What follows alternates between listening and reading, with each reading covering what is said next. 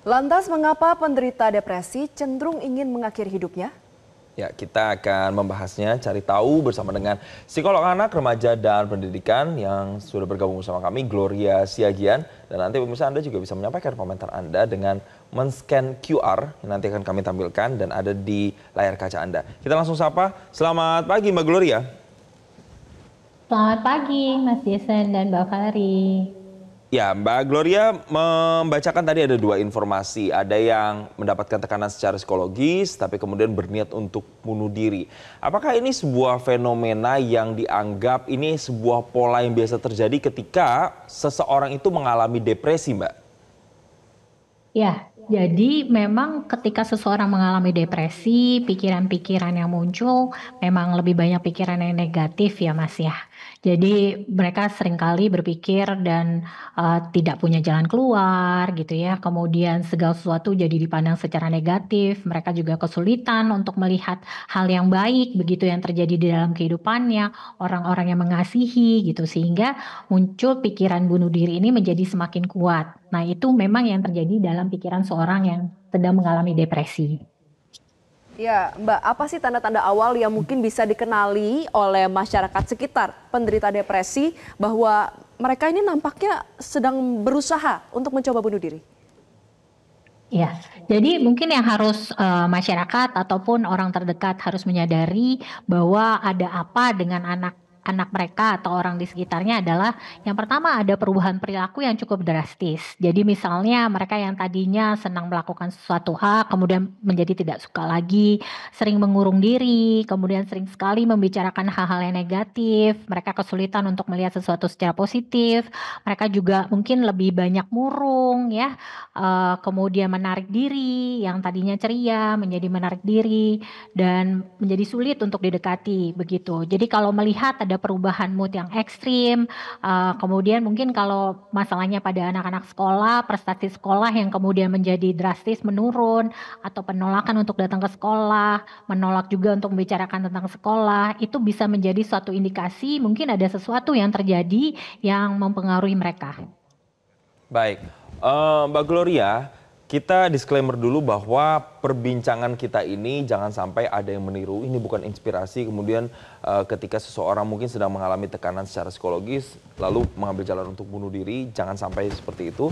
Dan kami ingatkan lagi pemirsa, Anda bisa men-scan barcode yang ada di layar kaca Anda untuk bisa berpartisipasi dalam obrolan atau perbincangan ini. Saya lagi lanjutkan ke Mbak Gloria. Jadi Mbak, kalau bicara soal potensi bunuh diri, itu mendeteksinya, kalau tadi Mbak bilang perubahan mood, setiap orang kan mengalami perubahan mood Mbak, mungkin bisa setiap hari begitu ya.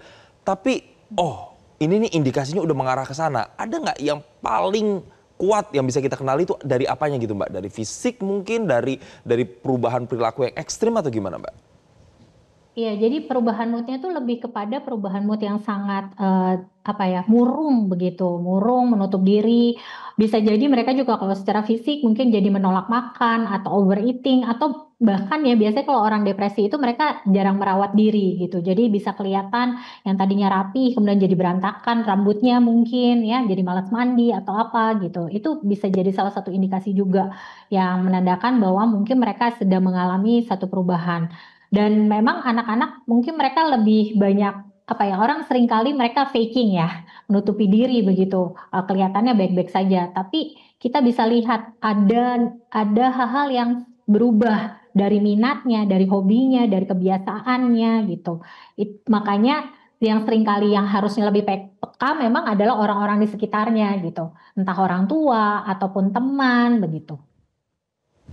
Mbak Gloria, ini kami sambil buka postingan Instagram Metro TV terkait dengan topik ini. Ada yang bertanya dari akun Zahra_sekian. Dia mengatakan, aku pernah ngalamin bullying kak.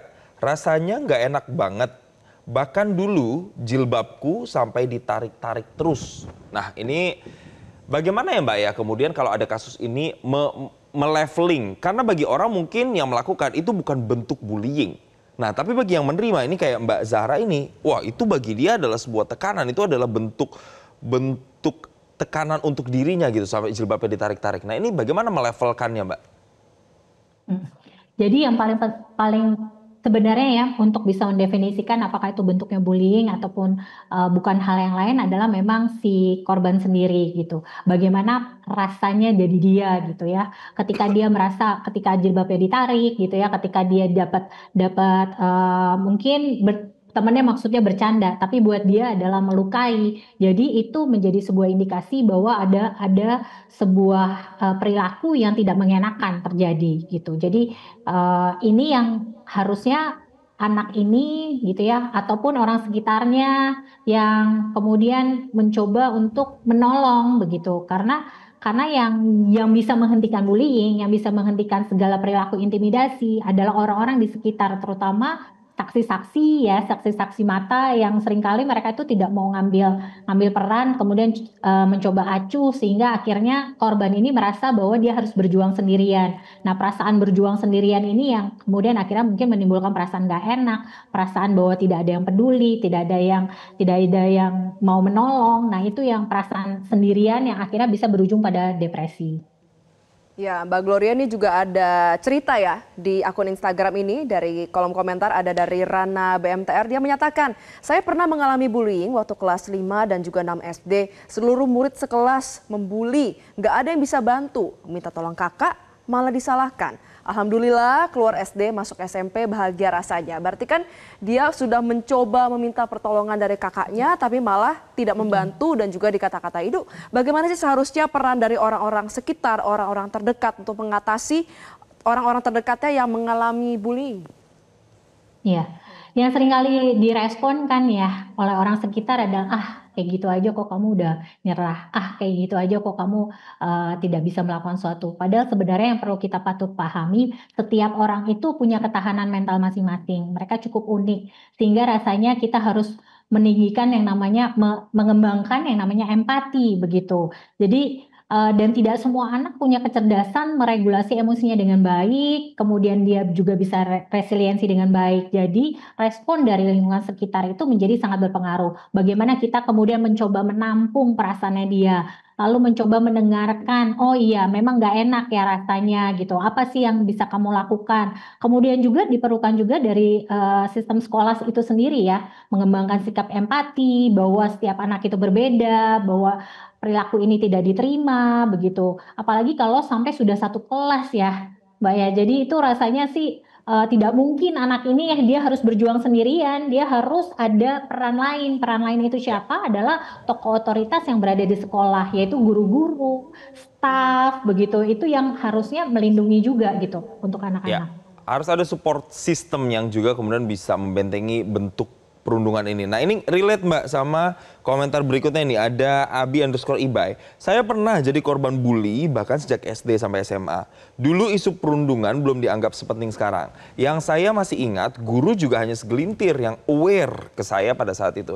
Jadi gimana nih Mbak, supaya kemudian perangkat sekolah misalnya, atau perangkat di keluarga, lingkungan terdekat, itu bisa menaruh concern lebih terhadap hal-hal yang berbau dengan perundungan, bullying, supaya tidak kemudian berpengaruh terhadap kondisi mental seseorang. Apa solusinya? Apa yang harus dilakukan?